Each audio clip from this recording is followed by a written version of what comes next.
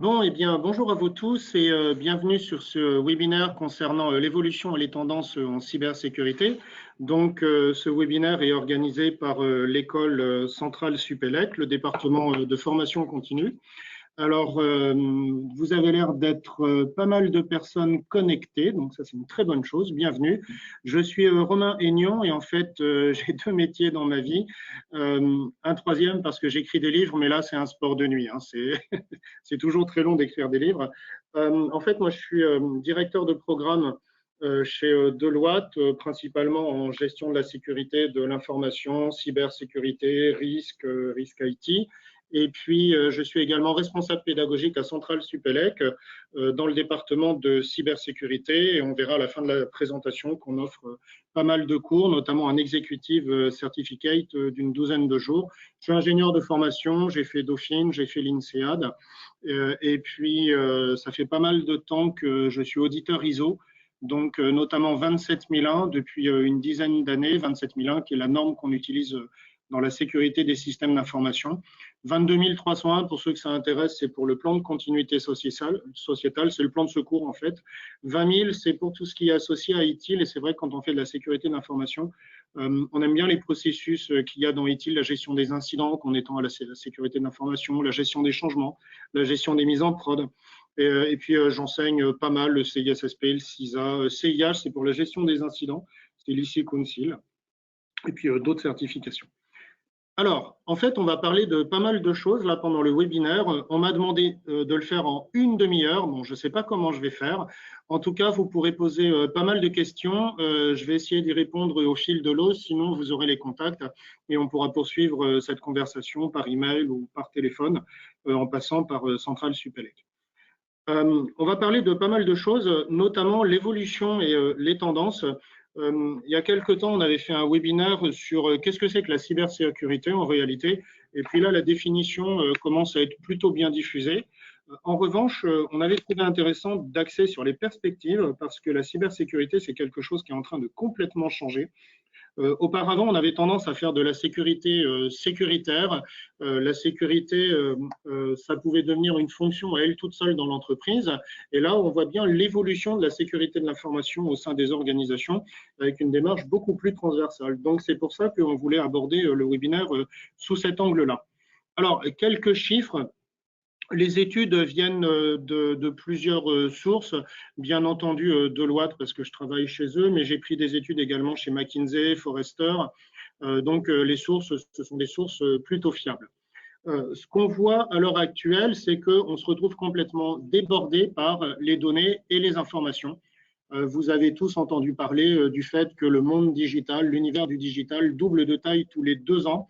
C'est plus que la loi de Moore. Hein. La loi de Moore, en fait, c'était une fois tous les 18 mois. Là, on double tous les 2 ans et on risque, comme on est sur des courbes complètement exponentielles, de doubler tous les ans quand on voit la vitesse à laquelle ça évolue. Et puis, on se retrouve avec des milliards de gigabytes de données qui sont créées chaque jour et ce chiffre qui explose aussi de manière exponentielle. Et une des questions qu'on se pose assez rapidement, c'est qu'est-ce qu'on va faire de toutes ces données? Sont-elles vraiment utiles? Ont-elles la valeur d'information? Ça, c'est une des problématiques qu'on va poser avec l'Internet des objets. On se retrouve avec des capteurs dans tous les sens, des capteurs qui captent bien entendu des données. Et en fait, la première question qu'on pose sur cette slide, c'est quelle est la différence entre une donnée et une information? Pourquoi? Parce qu'on se retrouve avec des gigas de données qui sont produites chaque jour, mais est-ce que ces données ont véritablement de la valeur? Et c'est là toute la différence entre la donnée et l'information. La donnée, généralement, c'est quelque chose de brutal, par exemple 39. Alors 39 quoi? On ne sait pas trop. L'information, par contre, c'est une donnée qui a du sens. Par exemple, 39 degrés Celsius. Et là, on sait que c'est une température, ce ne sont pas des kilomètres. Et la valeur de l'information fait en sorte que cette information, elle est exploitable, elle est interprétable. Une information est jugée par sa valeur, c'est-à-dire à sa capacité de prendre une décision par rapport à cette information. Tandis que quand on vous donne la donnée de manière brutale, 39, vous ne savez pas quoi faire de ça. En revanche, 39 degrés Celsius, c'est une température et on peut imaginer que si c'est votre enfant, vous savez qu'il faut appeler le médecin. Donc, vous voyez, déjà sur cette première slide, on a un enjeu de définition, la différence entre les données et les informations. Parallèlement, on se retrouve dans des entreprises où la donnée, l'information, ça devient en fait une devise de l'économie numérique, ça devient l'actif principal des entreprises. Alors, je ne suis pas là pour faire un cours ISO, mais dans ISO, si vous voulez, on classe les actifs de deux manières. On a les actifs primaires, primordiaux, et on a les actifs de support. Et les actifs primaires, c'est quoi? C'est les processus et les informations de l'entreprise. Quand on parle de processus, ce n'est pas le processus de gestion des incidents de sécurité comme on peut avoir dans ISO 27001 ou 27035. C'est littéralement les processus métiers de l'entreprise, par exemple la logistique, le marketing, la gestion de la relation clientèle, etc. Et ces processus, en fait, vont traiter des informations. Alors, les informations, il ne faut pas les confondre avec les bases de données. Bien entendu que les informations vont être connectées aux bases de données. Mais on fait bien la différence entre un fichier client et une base de données client. Parce que le fichier client, la question qu'on pose en cours, c'est une question qui amuse beaucoup les étudiants. Est-ce qu'un système d'information est forcément informatisé? Et la réponse, c'est non. Vous prenez l'institutrice de l'école de mes enfants, elle a des fiches cartonnées pour la bibliothèque, elle sait qui a pris quel bouquin depuis quand. Et on se retrouve justement avec des stocks d'informations qui ne sont pas forcément informatisés. Imaginez par exemple tous les retours d'expérience, toute la connaissance que peuvent avoir des gens dans ces entreprises, dans des entreprises, et ces connaissances, ces retours d'expérience ne sont documentés nulle part, ne figurent dans aucune base. Et on le voit en fait quand les gens quittent l'entreprise parce qu'ils partent avec toutes les informations qu'ils ont sur les clients, ou ils peuvent partir avec des perspectives de recherche et de développement ou des perspectives sur les nouveaux marchés. Et comme ça n'a pas été documenté, ils partent avec la connaissance. Donc, on se retrouve avec des informations qui doivent gérer des stocks de données, des entreprises qui doivent gérer des stocks de données, des stocks d'informations, et ça devient quelque part leur pétrole. Alors, nous, c'est un point de vue que l'on a constaté et qu'on partage avec pas mal de monde. Le marché de la cybersécurité, en fait, est en pleine transition. En réalité, c'est un marché qui est émergent. Il y a une dizaine d'années, vous savez, quand j'ai commencé à faire des audits et puis des prestats de conseils en sécurité de l'information, on parlait quasiment pas de la cybersécurité. C'est venu là depuis 4-5 ans, en quelque sorte. Et ce qu'on a constaté, c'est qu'on est passé de l'ère de la compliance, autrement dit l'ère de la conformité. Donc, dans les années 2010, toutes les entreprises voulaient se faire certifier ISO. Et puis, on avait d'autres standards. On avait Sarbanes-Oxley, on avait SAS 70, etc. Et ça, en fait, ça a été bénéfique pour pas mal d'entreprises parce que quand elles se font certifier ISO, elles mettent en place un cadre de gestion. On appelle ça, nous, un framework, un cadre de travail. Et vous êtes obligé de mettre en place des processus hyper critiques comme la gestion des actifs. La gestion des actifs, ça va un petit peu plus loin que l'inventaire de parc. On n'est pas là pour lister tous les PC, mais on est plus là pour voir comment les PC fonctionnent ensemble, comment ils sont reliés au serveur, etc. etc. Ensuite, dans les années 2014-2015, on a été dans la gestion des risques. Alors, on a fait de la gestion des risques dans tous les sens, mais assez rapidement, on s'est posé la question, mais il y a un lien direct entre la conformité et la gestion des risques. Pourquoi on ne travaille pas ensemble? Alors, si vous prenez par exemple une norme ISO, en fait, on va intégrer la gestion des risques dans la gestion de la sécurité, ou la gestion de la sécurité dans la gestion des risques, si vous voulez. Mais ce qu'on avait remarqué dans les entreprises, c'est qu'en fait, les deux travaillaient de leur côté. On était dans des organisations en silo. Donc, chacun travaille dans son coin. Il peut y avoir de la rétention d'informations d'un silo à l'autre. On n'a pas une démarche cohérente. On n'est pas dans une démarche de gouvernance, en quelque sorte. Et là, ce qu'on remarque à l'heure actuelle, c'est qu'on est passé à des systèmes complexes. Alors, c'est très centralien de parler de systèmes complexes. Jusqu'à maintenant, on avait une gestion de la sécurité qui était, alors ça c'est des termes scientifiques, déterministe ou positiviste. Ça veut dire quoi? Ça veut dire qu'à chaque fois qu'on avait un incident de sécurité ou un risque, le premier réflexe, c'était essayer de trouver la cause du risque. Et on s'est rendu compte assez rapidement que quand on faisait une recherche de la cause, soit on ne recherchait pas la cause véritablement fondamentale de l'incident ou du risque, donc on n'était pas sur la route cause, mais sur une cause de surface. Et quand on est dans des systèmes complexes, on n'est pas dans une démarche déterministe ou positiviste qui consiste à chercher des liens de cause-effet systématiques. On va se dire que dans un système, on est face à un ensemble de composants. Et ces composants, il faut être franc, on ne les maîtrise pas forcément. On ne les maîtrise pas intégralement, on a toujours une zone d'ombre sur les composants. Par contre, on va mettre l'accent sur les relations entre les composants. Alors, je vous donne un exemple très concret qu'on a en informatique. Celui qui connaît sur le bout des doigts son système d'information, qui est capable de dire tous les serveurs, tous les PC, toutes les licences logicielles, toutes les bases de données, les numéros de version des bases de données, etc., qu'il a dans son entreprise, dans son organisation, chapeau. Donc, on se retrouve avec des bases de données de gestion de configuration ou des CMS, des Configuration Management Systems, qui sont toujours incomplets ou qui sont toujours en retard ou décalés par rapport au parc existant. En revanche, le lien entre un ERP, par exemple, SAP, et un fichier client, ce lien, lui, ne va pas bouger. Le ERP, on peut changer de version, on peut changer de version de ERP, on peut même carrément changer de ERP. La base de données qui héberge les fichiers clients, on peut également changer de version de base de données, on peut même carrément changer de marque de base de données. Il y aura de la conversion de données, mais ça, c'est un autre problème. Le lien, lui, entre l'ERP et le fichier client, lui, ne va pas bouger. Alors, c'est comme ça, en fait, maintenant qu'on envisage la sécurité. On dit que ce sont des systèmes complexes. Un système complexe, c'est un système qu'on a beaucoup de mal à modéliser parce qu'on connaît, dans le fond, assez mal les composants. En revanche, on connaît plutôt bien les relations. Et ce qui caractérise également les systèmes complexes, c'est qu'on a du mal à prédire le comportement du système. On aimerait bien prévoir toutes les pannes, on aimerait bien prévoir tous les incidents de sécurité, mais on est obligé de se contenter de la gestion de risque, et dans la gestion de risque, il y a toujours de l'aléatoire. Par exemple, pour calculer un risque, on détermine un niveau de probabilité, mais on n'est jamais sûr à 100% excusez-moi, que le risque va se produire, tout comme on sait parfaitement par expérience que le risque zéro n'existe pas. Alors, ça, c'est une autre slide, en fait, pour expliquer comment on passe de l'ère de la conformité à l'ère de la complexité, des systèmes complexes. Alors, je ne vais pas m'étaler, en fait, sur l'historique, mais regardez, par exemple, dans la complexité, vous allez retrouver l'Internet des objets, vous allez retrouver tous les contrôles industriels, c'est ce qu'on appelle le SCADA, toutes les problématiques d'intelligence artificielle et les learning trees. Les learning trees, en fait, c'est les arbres d'apprentissage qui nécessitent une puissance de calcul qui est phénoménale. Il y a une expérience qui est assez intéressante. En fait, vous mettez en place des arbres de décision et vous vous rendez compte que les arbres de décision n'évoluent pas toujours tels que les algorithmes les avaient prédits. Il y a toujours une part de hasard en fait dans ces arbres de décision.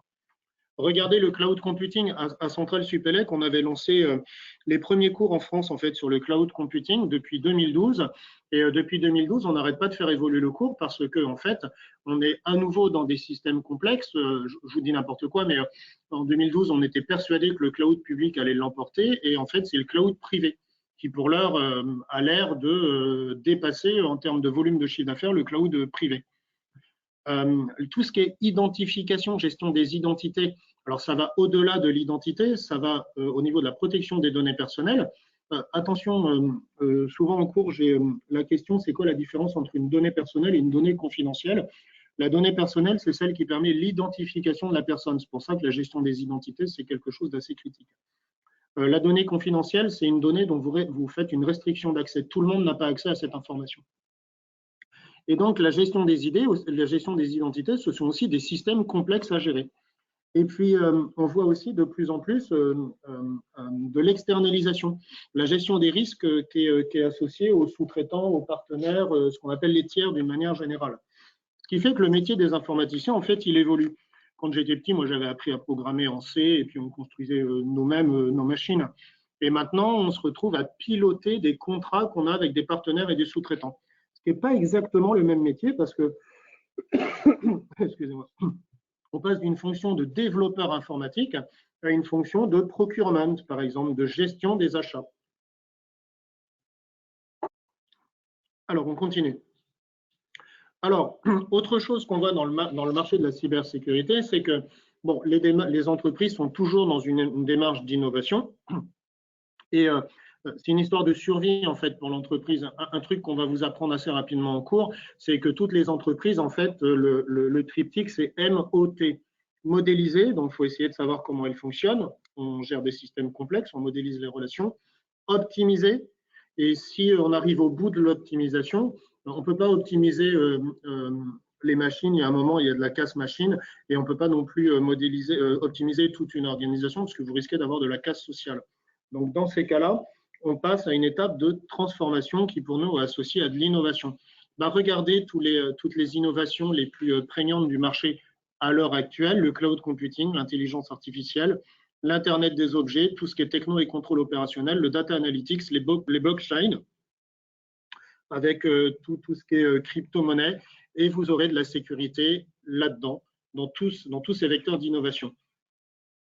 Ce qui fait qu'on est bien passé d'une vision de la sécurité de l'information, de la cybersécurité, une vision qui pouvait être sécuritaire, une fonction à elle toute seule dans l'entreprise, on est passé à une fonction complètement transversale. Alors, ce sont des problématiques qui vont être abordées en cours et l'éthique dans tout ça. Je ne vais pas m'étendre sur ce point-là parce qu'en fait, ce sont des avocats qui interviennent, qui sont plus calés que nous, on est ingénieurs, hein, qui sont plus calés que nous pour ces problématiques d'éthique. Qu'est-ce qu'on fait, par exemple, de toutes les informations qu'on a sur l'ADN des gens? Est-ce que ce sont des informations qu'on peut revendre à des fins médicales parce qu'on veut produire des vaccins? Est-ce que ce sont des informations qui doivent être aussi sécurisées parce qu'on considère qu'on n'est pas loin de l'information personnelle qui permet l'identification? Bon, tout ça, ce sont des problématiques qu'il faut poser. Toutes les problématiques de géostratégie. Alors, vous avez tous entendu parler des hackers russes, vous avez tous entendu parler des hackers nord-coréens, par exemple, et puis tous les autres pays. Donc, vous voyez que là, la sécurité sort complètement de son carcan parce que vous aurez une dimension politique, stratégique, géographique, etc. de la sécurité de l'information. Avec des militaires dans tout ça. Alors, quand on continue en fait ce panorama sur la sécurité de l'information, depuis une dizaine d'années, on parle du cyberespace. Alors ça, c'est venu avec Internet, mais maintenant le cyberespace existait bien avant Internet. Internet, c'est juste un protocole de communication, mais les réseaux internationaux existaient depuis pas mal de temps quand même. Le problème, c'est qu'on sait où ça commence, mais on ne sait jamais trop où ça s'arrête. C'est ça le problème qu'on a avec Internet. Et en sécurité de l'information, ça nous pose encore plus de problèmes parce que si les données sortent de votre pays, ce n'est pas dit que vous ayez un contrôle sur les données et sur le traitement des données. Et au-delà du fait que vous risquez de ne pas avoir le contrôle sur les données, il y a toutes les problématiques juridiques qui vont se poser. Par exemple, les lois sur la protection des données en Europe, on a le RGPD, ce n'est pas les mêmes qu'aux États-Unis, ce n'est pas les mêmes qu'en Chine ou en Inde. Donc, vous voyez que la cybersécurité a un axe beaucoup plus grand que les simples problématiques technologiques. Le cloud, on en a parlé. Qu'est-ce qu'on fait d'hébergeurs cloud qui se trouvent en Chine, en Inde, en Afrique du Nord, qui n'ont pas les mêmes lois, qui n'ont pas forcément les mêmes processus? Alors, on essaye de mettre en place des accords. Ce sont des gens qui sont intelligents, bien entendu, et ils mettent tout en place pour qu'on puisse travailler avec eux. Mais vous voyez qu'on sort de la technologie et on est dans des problématiques de processus métier ou dans des problématiques juridiques. Le piratage, il y a carrément une nouvelle économie par rapport à la cybercriminalité. Donc là, dans la slide suivante, donc ça, généralement, ceux qui s'intéressent un petit peu à la cybercriminalité ont compris qu'il y a de l'argent à se faire, on peut revendre des ressources, les botnets par exemple, on peut faire du déni de service, on bloque un serveur web et puis on leur dit on peut libérer le serveur web si vous payez tant, etc. Là, ce sont des chiffres que j'ai trouvés. Un numéro de carte bancaire, vous pouvez en acheter sur le dark web. Alors, on ne les vend pas à l'unité, hein, ça se vend par lot de 1000, 10 000, etc. 5 $, c'est le tarif pour un botnet. Un botnet, c'est un PC dont on a pris le contrôle, en fait, qui permet de lancer une attaque par déni de service. Si on fait une attaque par déni de service, je ne sais pas si nous, on fait par exemple un pen test, un test d'intrusion dans une entreprise, on ne part pas directement de nos machines. On a d'autres machines, et c'est à partir de ces machines-là dont on lance les attaques. Parce qu'en fait, la personne qui est attaquée peut repérer votre adresse IP ou votre adresse MAC, mais maintenant, on peut masquer les adresses IP et les adresses MAC. Et vous avez des malwares ou des 0D. Donc, il y en a qui sont complètement gratuits et ça peut atteindre plusieurs milliers de dollars, c'est-à-dire des failles de sécurité dans des logiciels. Ça peut être Windows, ça peut être Office, ça peut être plein de logiciels. Et comme ces failles, en fait, ne sont pas corrigées, vous pouvez les exploiter et voler des informations confidentielles chez un client. Vous avez probablement entendu parler des 2 professeurs d'université qui ont réussi à craquer une Jeep à distance. Donc, il faut savoir que votre voiture, maintenant, c'est un vrai mainframe. Vous avez plusieurs microprocesseurs, vous avez un réseau Bluetooth, vous avez un réseau Wi-Fi. Je ne sais pas ce que vous avez comme voiture, mais la mienne, elle a un GPS qui affiche la circulation en temps réel. Et ça veut dire que de la voiture, il y a un flux montant qui se connecte à je ne sais pas quoi et qui est capable de calculer votre vitesse. Donc, s'il voit que c'est une route qui est limitée à 90 km/h, mais que je fais du 20 km/h, bah, à ce moment-là, les autres voitures sont averties qu'il y a probablement un ralentissement sur la portion de route qui va suivre. Et ce qu'ils avaient réussi à faire, en fait, c'était se connecter à la voiture. Et au début, ils avaient activé juste les essuie-glaces. Et à la fin, ils avaient mis la voiture sur un circuit, des conditions de sécurité. Et ils avaient réussi à bloquer la voiture. Ils avaient réussi à faire un freinage d'urgence de la voiture à distance. Donc, ça veut dire, bon, normalement, le Jeep a corrigé ça. Vous avez tous entendu parler de ces choses-là, c'est-à-dire tous les piratages qui peut y avoir lieu. Alors, on va en parler juste après, mais la ville de Baltimore, les villes, les hôpitaux sont très mal équipés en termes de cybersécurité. Il y a un problème de budget, il y a un problème de ressources et il y a un problème de conscience, en fait. Ce sont des gens qui souvent sont bienveillants, qui n'ont pas toujours l'idée qu'on puisse les hacker. Et tant qu'on a des articles comme ça, bah, petit à petit, ça permet d'évangéliser en fait le grand public à toutes les problématiques de cybersécurité qu'on peut avoir. Des hackers chinois qui attaquent la NSA, bon, c'est plus ou moins vrai et il faut vous dire qu'on ne sait pas tout non plus et que quand une entreprise se fait hacker, elle va tout faire pour ne pas communiquer sur le sujet. Ça, c'est ce qu'on appelle du defacing. Le defacing, c'est quand vous prenez le contrôle de la page d'accueil d'un site web pour dire coucou, vous avez été hacké. Et il y a des attaques assez célèbres, hein, le site web de Sony, par exemple. Là, il va y avoir des élections municipales.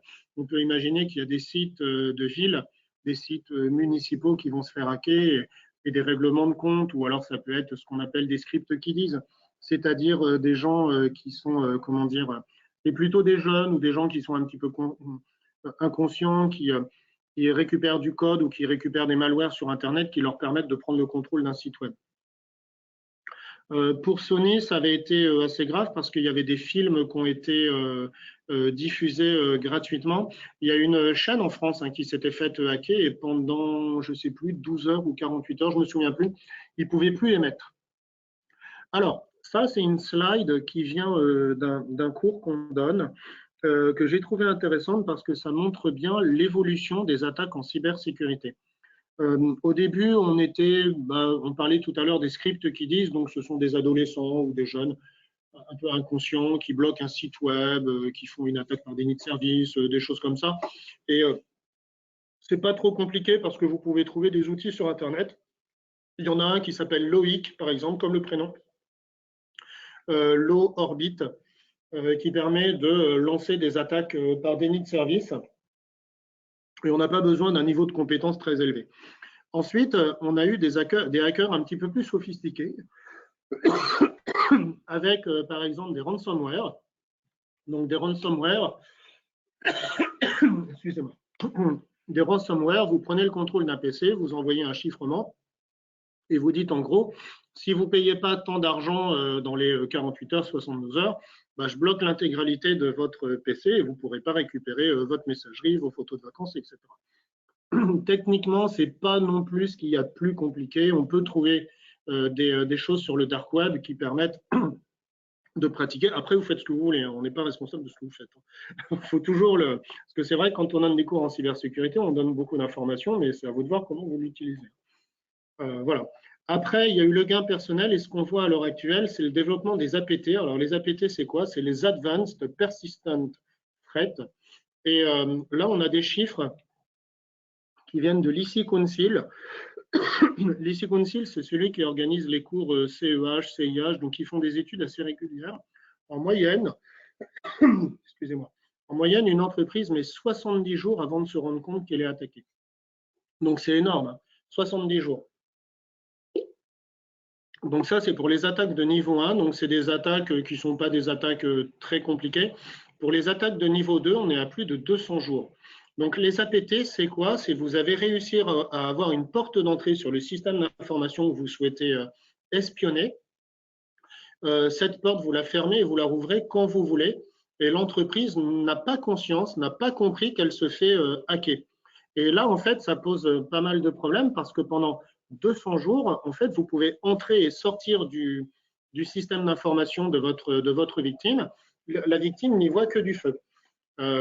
Alors, généralement, les hackers de ce niveau-là, hein, des hackers qui font partie de mafia ou les hackers qui font partie de gouvernements, l'espionnage intergouvernemental est assez sophistiqué, ou d'entreprises très pointues, ne vont pas voler les informations d'un coup, parce que ça pourrait être visible. Dans un premier temps, elles vont essayer de mieux comprendre votre système, elles vont essayer de trouver là où se trouvent les informations les plus critiques, les actifs les plus stratégiques de votre entreprise, et à partir de là, elles iront petit à petit pomper les informations dont elles ont besoin.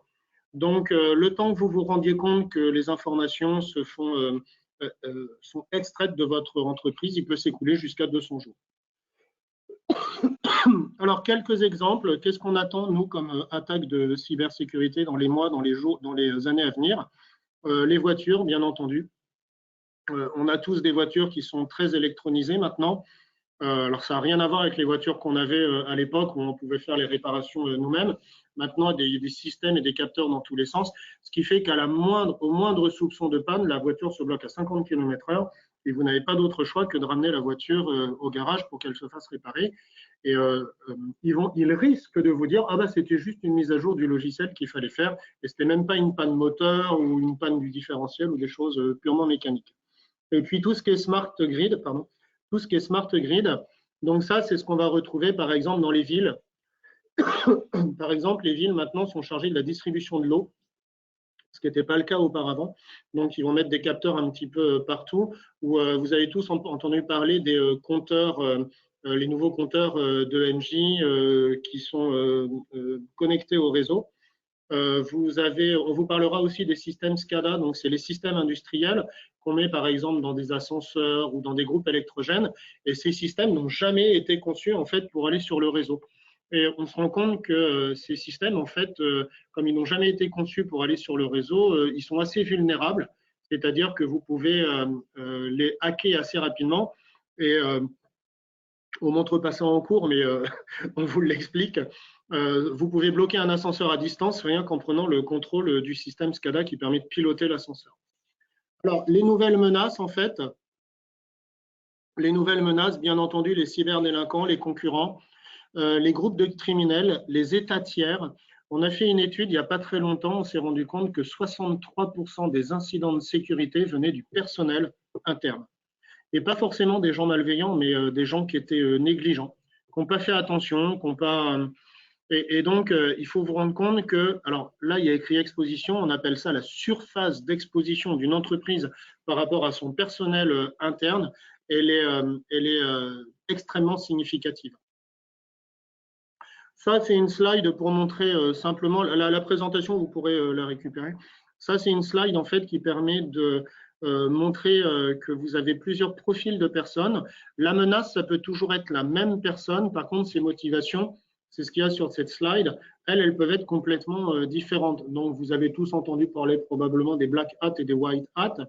Les white hats, c'est les gens gentils comme nous, en fait, les chapeaux blancs. C'est les chercheurs, les gens qui sont payés par des entreprises de cybersécurité, les gens qui sont passionnés. Et puis, vous pouvez devenir assez rapidement des black hats, c'est-à-dire des gens avec un comportement plutôt malveillant, hostile. Alors, après, les motivations peuvent être différentes. Hein. Vous pouvez être rémunéré par un État, ça peut être des motivations purement idéologiques, religieuses, des activistes.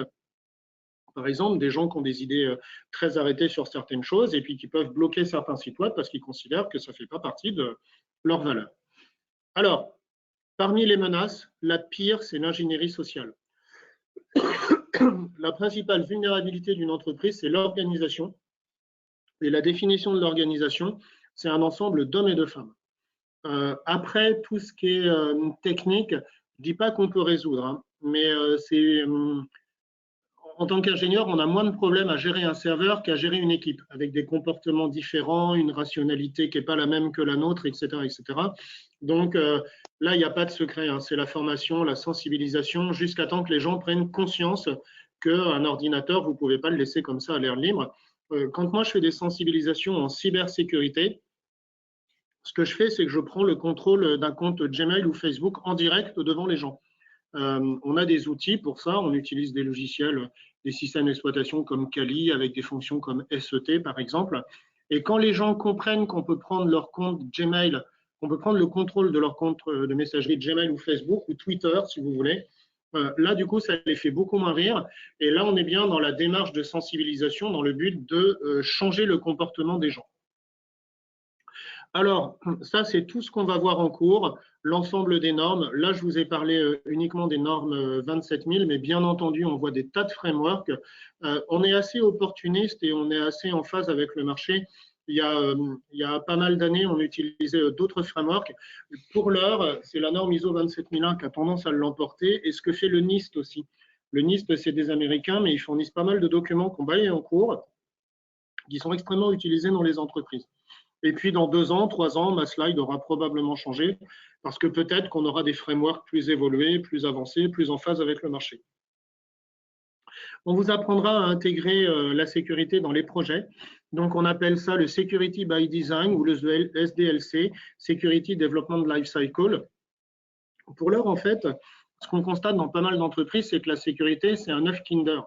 Donc, l'actif que vous cherchez à protéger, c'est la boule de plastique jaune où il y a le jouet que vous donnez à vos enfants. Et c'est une fois que vous avez tout construit que vous mettez une couche de sécurité en plus, c'est la coque en chocolat. Donc, il faut vous dire que l'actif que vous protégez, c'est un système complexe, et vous ajoutez une couche de complexité à un système qui, lui, est déjà complexe. Le problème, c'est que la couche de sécurité, la coque en chocolat, elle est extrêmement fragile. Ça fond, ou si vous mettez ça entre les mains de vos enfants, ça ne fait pas très long feu. Et c'est pour ça, à l'heure actuelle, qu'on pousse nos clients, on pousse nos partenaires à faire de la security by design, de la sécurité dès les phases de conception, d'initialisation du projet. Ce n'est pas à la fin qu'on se dit, tiens, et si on sécurisait tout ça? Non, votre application, elle est développée, votre base de données, elle est mise en production, et il faut que la sécurité soit intégrée dans cette démarche-là. Là, en fait, c'est ce qu'on appelle la sécurité par couche. Donc, security by layers. Vous verrez également les défenses en profondeur. C'est le même concept. L'idée est la suivante, c'est que avant d'accéder aux données, donc les données, c'est ce qu'il y a tout en bas, c'est le cœur, vous devez passer par le biais de tout un ensemble de politiques, de procédures, des réseaux démilitarisés, des réseaux internes, des machines, des applications. Et donc, c'est beaucoup plus compliqué d'accéder directement aux données parce que vous avez tout un ensemble de couches à traverser avant d'accéder à l'actif principal. Alors, on a pas mal d'enjeux, on a pas mal de difficultés à surmonter. Ça peut être la direction générale ou les employés qui ne comprennent pas les enjeux de la cybersécurité. Donc là, c'est votre travail d'expliquer, de convaincre, etc. L'engagement de la direction. Alors, le RGPD nous a mine de rien pas mal rendu service. Le RGPD, c'est le règlement sur la protection des données personnelles, parce qu'il y a des amendes. Il y a des amendes si jamais les exigences de cette réglementation ne sont pas mises en place. Et comme les amendes, c'est la direction financière ou la direction générale qui est redevable, ils commencent à mettre leur nez dans la sécurité de l'information. Faire des choix en toute confiance. Bon, vous avez tous été face à des éditeurs, des prestataires de services, lequel on va prendre. De l'arbitrage entre la commodité et la sécurité, c'est la question qu'on pose en cours. On râle tous parce qu'il y a des contrôles de sécurité aux aéroports, c'est long, c'est fatigant, on est obligé d'attendre, etc., etc. Et si on construisait un autre aéroport où il n'y a aucun contrôle de sécurité, n'importe qui entre dans l'avion. Quel avion vous allez prendre? Il y en a qui vont dire moi je veux pas de contrôle, tant pis. Et d'autres qui vont dire je préfère attendre, mais je préfère les contrôles. Donc qu'est-ce qu'on fait? On met de la sécurité, mais ça risque de ralentir la production tout en sécurisant. On fait sauter certaines démarches de sécurité pour être plus productif. Vous voyez, sont des débats en fait. Il faut être à jour sur les technos.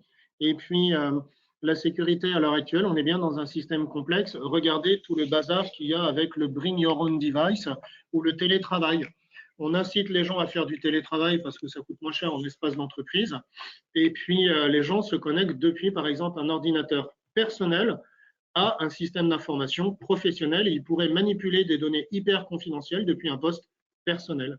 Donc, la frontière publique, privée, personnelle, confidentielle est assez floue, en fait. Alors, on conclut en fait cette présentation avec l'Executive Certificate que l'on propose à Centrale Supélec en cybersécurité. C'est un cursus d'une 12aine de jours.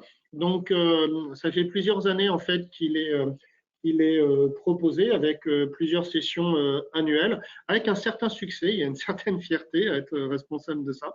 Il y a une très belle équipe. Les formateurs, ce sont des gens qui sont pas des académistes, hein, des académiciens, pardon. Ce sont des gens qui sont principalement qui viennent du terrain. Donc, vous inquiétez pas, ils ont tous les diplômes qu'il faut. Mais on est dans de la formation continue, on n'est pas dans de la formation initiale. Donc, nous, on pose l'hypothèse qu'on parle de pair à pair. L'enjeu, c'est former des RSSI ou former des consultants en cybersécurité d'un très, très bon niveau, avec deux aspects. Il y aura toujours la sécurité organisationnelle, donc on parlera de la gouvernance de la sécurité, où là, on est capable de s'adresser directement à la direction générale ou au client final.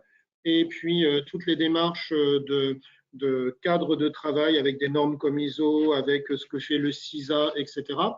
Et puis, il y aura une dimension technique avec où là on parlera des virus, des advanced persistent threats, de la sécurité dans les bases de données, de la sécurité dans les systèmes industriels, etc. Mais sous l'angle technique, technologique.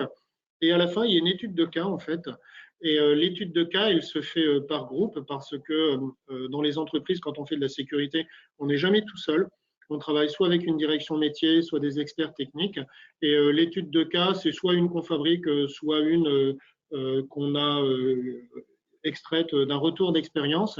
Et il faut présenter toute une démarche de cybersécurité, aussi bien sur le plan organisationnel que sur le plan technique, devant un jury. La prochaine session, c'est le 19 mars. Donc, dans la slide suivante, on vous donnera toutes les coordonnées. Donc, ça dure 12 jours et c'est étalé en fait sur 4-5 mois à raison de 2 jours par mois à peu près. Ce qui permet, si vous êtes en production chez un client ou si vous êtes dans une entreprise, de ne pas partir trop, de pouvoir continuer à travailler. Alors, attendez-vous à ce qu'il y ait quand même pas mal de travail parce qu'il y a 12 jours. Vous allez me dire, oui, c'est que 12 jours, c'est vite passé, et vous avez raison. Maintenant, il y a beaucoup de lectures, il y a beaucoup de travail à la maison. Vous êtes à Centrale Supélec, hein, les diplômes, ça ne se donne pas. Donc, on a une réputation, on a un bon niveau et on fait tout pour maintenir, voire élever ce niveau à chaque fois. Ça se passe principalement sur nos locaux qui sont rue des Favorites à Paris dans le 15e.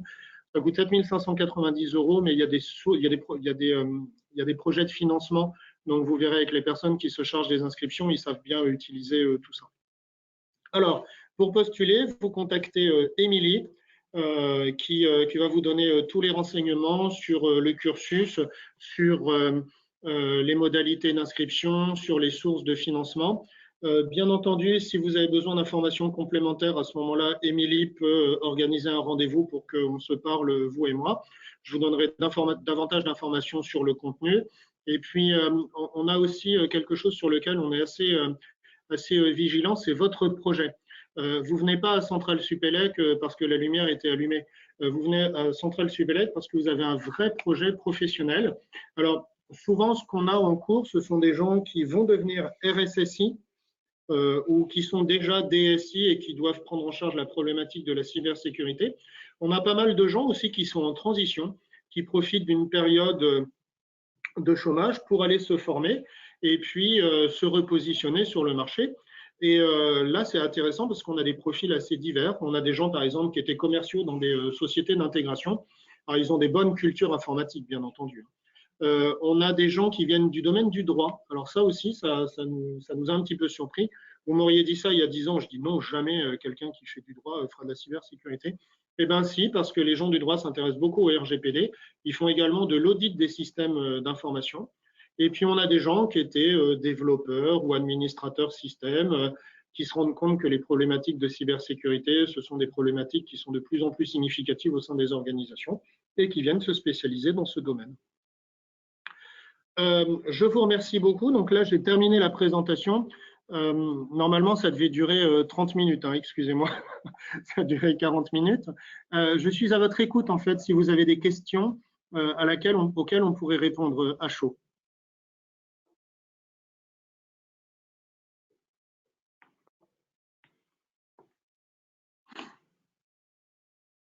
Alors, normalement, je vois les questions qui apparaissent là.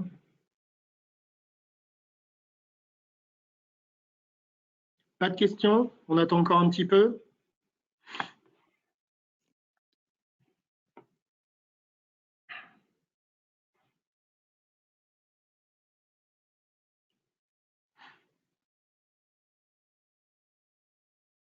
Bon, a priori, j'ai pas de questions.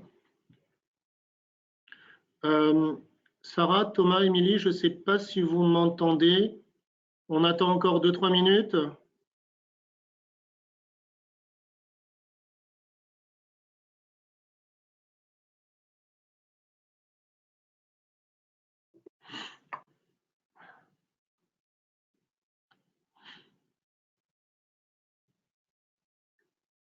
Alors, il y a une question. Alors, je ne vois pas la question par contre. J'ai ouvert l'oublet. Vous voyez, c'est la technologie, hein. Euh, Ah oui, ça y est. Bonjour, dans le cadre de la formation, quels sont les prérequis au niveau technique? Un bon bagage dans les systèmes d'information, mais vous n'êtes pas obligé d'être ingénieur, hein. Comme je l'ai expliqué tout à l'heure, en fait, on a des gens qui viennent de plus en plus de domaines différents.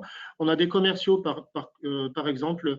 Par contre, ce sont des commerciaux qui étaient dans le domaine informatique, donc ils ont forcément entendu parler de processus de gestion des incidents, de processus de gestion des actifs, de processus de gestion des risques. Euh, Ça peut être des consultants qui ont fait des écoles de commerce. C'est pareil, qui ont pas mal d'expérience. L'âge moyen, c'est une quarantaine d'années, hein, donc des gens qui ont déjà 15-20 ans d'expérience, ils commencent à avoir une belle expérience et ne sont pas forcément des techniciens, des ingénieurs, des spécialistes. Une autre question?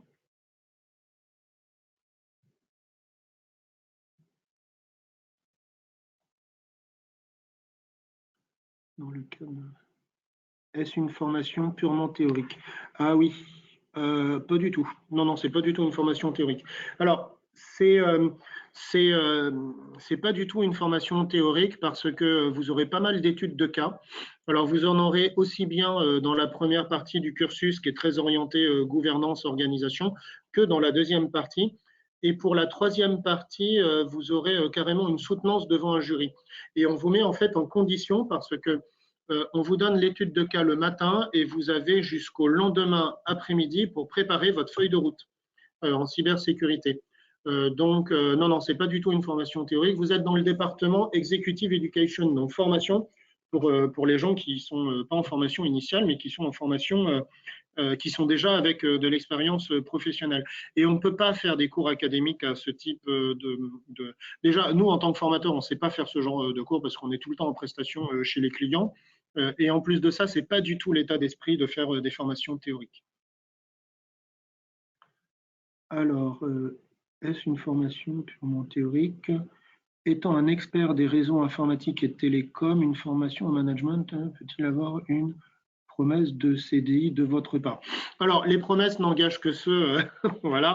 Bon, il est clair que quand vous avez un diplôme de Centrale Supélec dans votre CV, vous augmentez largement la probabilité que votre CV soit retenu et que vous soyez embauché. C'est pas quelque chose dont on aime parler de manière ouverte, mais ce qu'on voit bien en fait, c'est une évolution de l'état d'esprit des gens qui viennent en cours. Il y en a qui peuvent avoir une vision purement technique de la cybersécurité et ils ressortent de là avec une vision purement, enfin, avec un complément de vision orientée organisation, métier, stratégique.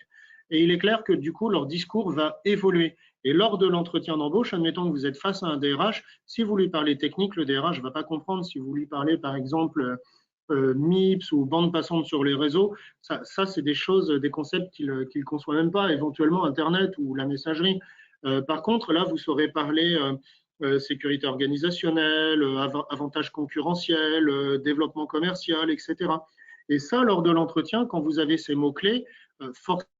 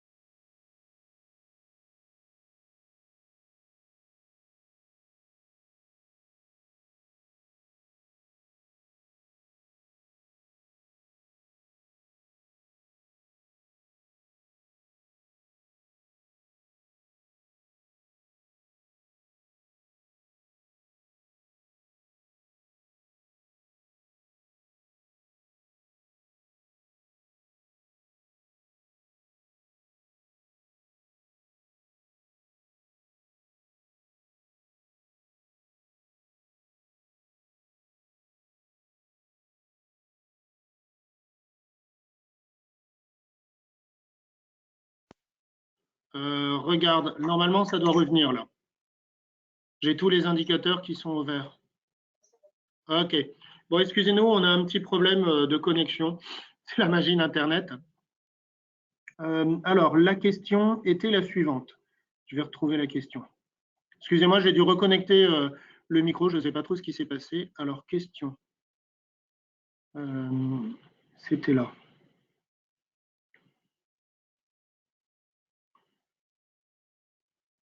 Donc, formation certifiante, il n'y a plus de son, j'entends plus, le son est coupé, OK. On vous entend plus, on vous entend plus. Peut-on avoir une promesse de CDI? Non, on ne fait pas de promesse de CDI. On peut simplement dire que quand vous avez une formation de centrale Supélec sur votre CV, la probabilité de se faire embaucher est largement supérieure. Par contre, oui, vous avez la possibilité de faire partie du réseau des anciens de Centrale Supélec. Émilie vous expliquera ça. En fait, toutes les personnes qui suivent des formations de ce niveau-là ont accès. Je crois qu'il y a un système d'inscription. Donc, ça vous augmente votre réseau pour chercher du travail. Alors là, il y a une question sur le si on est RSSI, y a-t-il une possibilité d'obtenir le diplôme? Ah, j'ai pas lu la fin de la question. Alors, Serge, je le connais lui. Serge, tu es obligé de suivre l'intégralité du cours. On peut pas faire de, tu es à Centrale Supélec là, on peut pas faire de. Désolé Serge, tu vas être obligé de supporter encore certains de mes cours. Non, non, on est obligé d'aller jusqu'au bout du cours. C'est 12 jours et il faut te dire que Centrale Supélec, c'est une grande école. C'est une grande école avec une excellente réputation et on ne peut pas s'amuser à faire des aménagements. Oui, mais moi, je suis déjà certifié ceci et moi, cela. Oui, mais moi, j'ai de l'expérience dans ceci. Il faut te dire que les cours qu'on va faire, ce n'est pas exactement les mêmes cours que tu as eu dans d'autres circonstances. Ce sont des cours où on est capable de prendre beaucoup plus de recul, on sera davantage dans une démarche de gouvernance. On ne fera pas forcément un cours comme un cours CISSP, par exemple, où là, on va juste chercher la certification CISSP. Ce sont des cours où on a beaucoup de recherches, on a beaucoup de revues par les pairs, c'est-à-dire qu'à chaque fois qu'on diffuse, quand on fait un cours CISSP, on a le cours de l'ISC2 et c'est le cours officiel. Là, ce sont des cours qui sont extrêmement travaillés, qui sont extrêmement revisités et qui sont mis à jour tout le temps. Donc, ce n'est pas exactement le même état d'esprit. Alors, reconnaissance officielle du certificat, oui. Je regarde les autres questions. Vous avez été hacké, oui. Peut-être c'est pour ça que j'avais plus de son. Bon, ça veut dire que ce qu'on fait a de la valeur, parce que quand on hack quelque chose, on le fait pas pour embêter les gens, on le fait parce que l'information qu'on va chercher a de la valeur. La première question qu'un hacker se pose, c'est combien ça va me coûter de hacker tel ou tel système d'information, quelles ressources, quelles dépenses d'énergie je vais devoir opérer par rapport à la valeur de l'information que je vais récupérer. Donc s'il hack, c'est que c'est bon signe, ça veut dire qu'on fait des choses qui ont du sens. Voilà, je crois que je suis arrivé au bout des questions.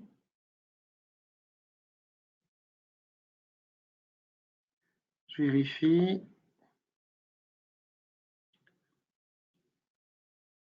Alors, merci, au plaisir de se rencontrer. Bah oui, oui, avec plaisir. Émilie peut vous transmettre mes coordonnées et on peut se téléphoner, on peut aller, je peux vous expliquer davantage en détail le contenu. Vous allez sur le site de Centrale Supélec hein, pour avoir toutes les informations sur la fiche de cours. Alors, les opérations, alors tout ce qui est POE, CPF, etc., c'est Émilie qui va vous expliquer ça. Il y a des prises en charge, hein, il y a des choses comme ça. Alors, par contre, il faut s'y prendre à l'avance. Je sais que c'est assez long hein, quand on passe par le pôle emploi ou des systèmes comme ça. Donc, faut pas le faire 15 jours avant le début de la formation. Donc, certificat diplômant, ça c'est fait. Prérequis, c'est fait. Avez-vous un master spécialisé cyber de 1 an ou plus? J'ai pas compris la question. Si c'est ma formation, moi je suis ingénieur arts et métiers. J'ai mon MBA à Dauphine et j'ai fait l'INSEAD derrière et j'ai plein de certifications professionnelles. Et ça fait une dizaine d'années que je fais de la cybersécurité, une vingtaine d'années que je fais du conseil et de la formation. J'ai passé tous les ISO, CISSP, CISA, CIH, je les ai toutes passées, les certifications en sécurité. De mon temps, ça n'existait pas. Hein, déjà, les formations d'ingénieur informatique, il n'y en avait pas tant que ça et on ne parlait pas exactement de sécurité de l'information. Donc, je me suis beaucoup spécialisé sur le tas et j'ai fait beaucoup de formations continues. Bon, voilà, je crois que j'ai fait le tour des questions. Je suis à votre disposition. Je vous remercie beaucoup pour votre attention, pour vos questions et vous pouvez écrire à Émilie, donc je vous remets la slide, emiliesfez@centralsupélec.fr avec son numéro de téléphone 01 75 31 64 95 et elle répondra à vos questions et elle vous transmettra mes coordonnées au besoin. Je vous remercie beaucoup et j'espère vous voir très bientôt.